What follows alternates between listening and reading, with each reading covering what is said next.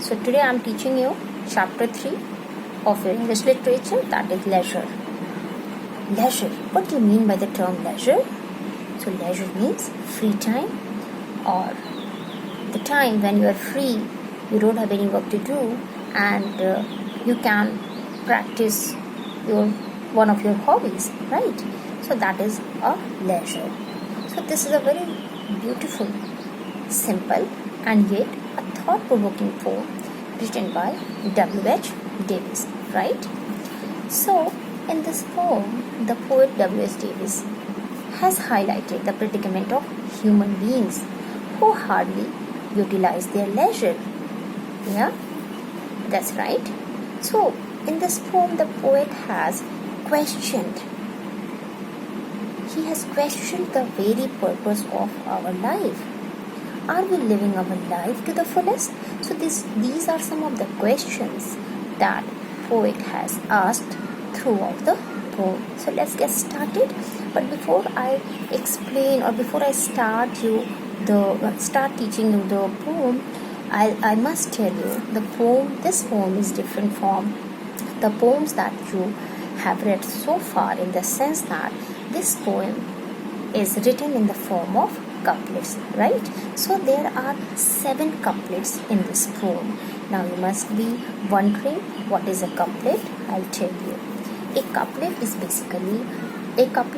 2 lines of poetry that usually rhyme, fine? So 2 lines of rhyming poetry is called couplet, fine? So you will understand what is a couplet the moment I'll start explaining the couplets one by one. So just pay attention, kindly open your textbook and see the chapter leisure. I'm reading the first couplet right now. What is this life if full of care? We have no time to stand and stare. So in the first couplet, the poet is saying what type of life we are living, fine? In the first couplet, the poet questions the purpose of a life which is full of anxieties and worries, fine? We are always occupied with our problems, right? And these problems of ours don't allow us any free time, fine? We hardly utilize, even if we have leisure, we hardly utilize our leisure to relax and see the ongoings of the world, fine? So the poet has shared his concern about human lives in the first couplet, fine? So moving further, so I'll explain here. In the first line is ending with care, and the second line here ends with a stare. So care and stare both are writing words, so it's a couplet, fine? Moving on to second couplet. No time to stand beneath the boughs and stare as long as the sheep or cows, fine? So here beneath is under, boughs is branches of trees, and stare is to look at somebody or something continuously, and sheep and cows, obviously they are animals. So now the poet is saying, in the couplet number 2, the poet highlights the various things.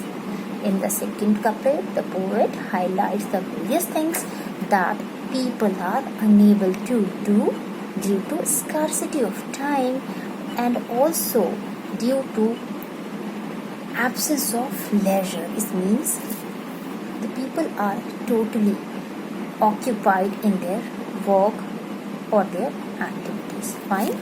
So now the poet just wonders, we are so busy in our lives that we hardly look what is going around, what is happening outside, and he is appreciating animals. He is here talking about 2 animals, sheep and cows. He is saying even sheep and cows, they just stand and keep staring into the long distance. It means the poet is saying that even animals, they are in awe and they are really amazed to see the beautiful surroundings, right? But we, the human beings, on the contrary, we don't possess the leisure even to stand under the trees and watch the beautiful sight of the nature.